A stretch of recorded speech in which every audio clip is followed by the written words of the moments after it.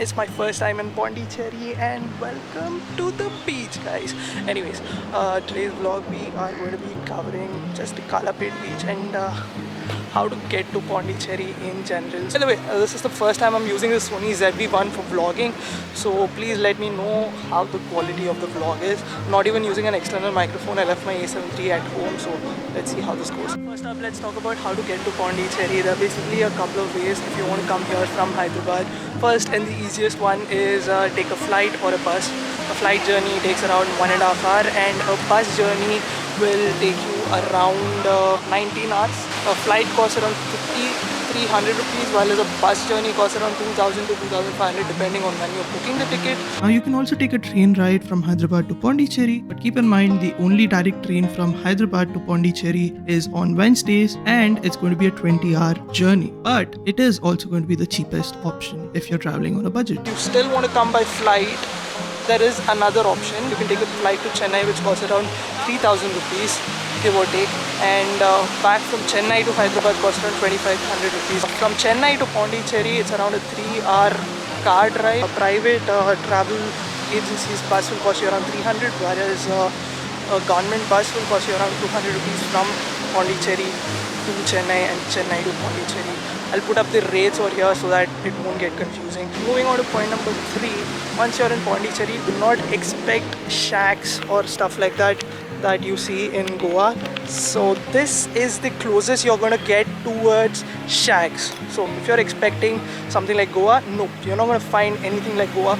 Yes, the alcohol is a bit cheaper than Hyderabad, but it's not as cheap as what it is in Goa.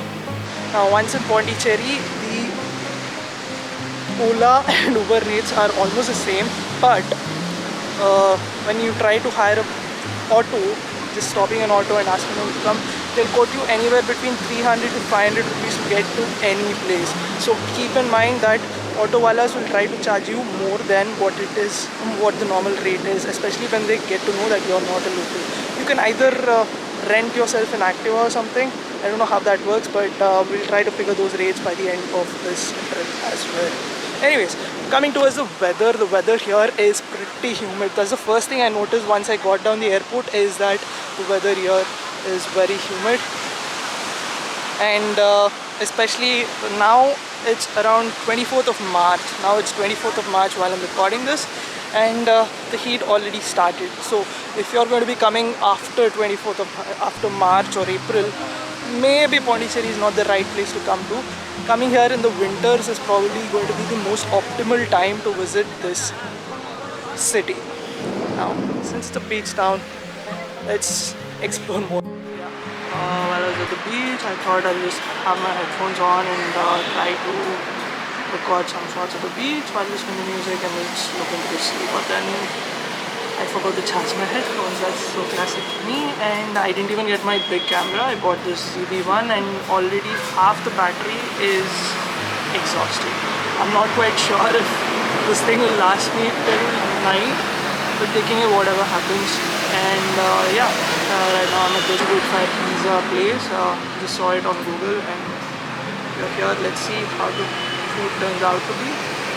Finally back home, and I reviewed the footage on my laptop and I realized that the audio was really bad. Even though I used the onboard microphone with the windshield on top of the camera, it didn't quite make any difference. Maybe it's because I was so close to the beach that the wind was so hard. So from now onwards I'll try to use this microphone which I'm using with the A7 III right now, and maybe tomorrow onwards I'll be using the A7 III itself, because the battery life on the ZV-1 is bad. It's really bad. So that's one input that I can give if you're thinking about getting a ZV-1.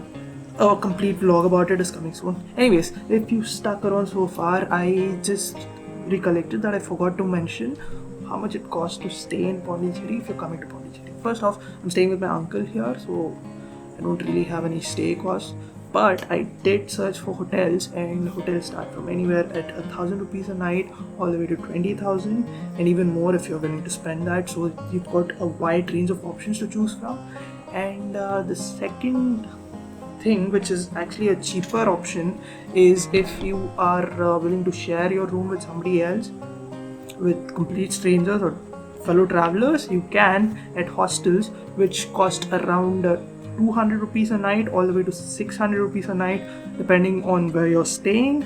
And if you're planning to go on a budget, I think that's a really good option, and at the same time you'll also make friends at the hostel. So those are two options for stay.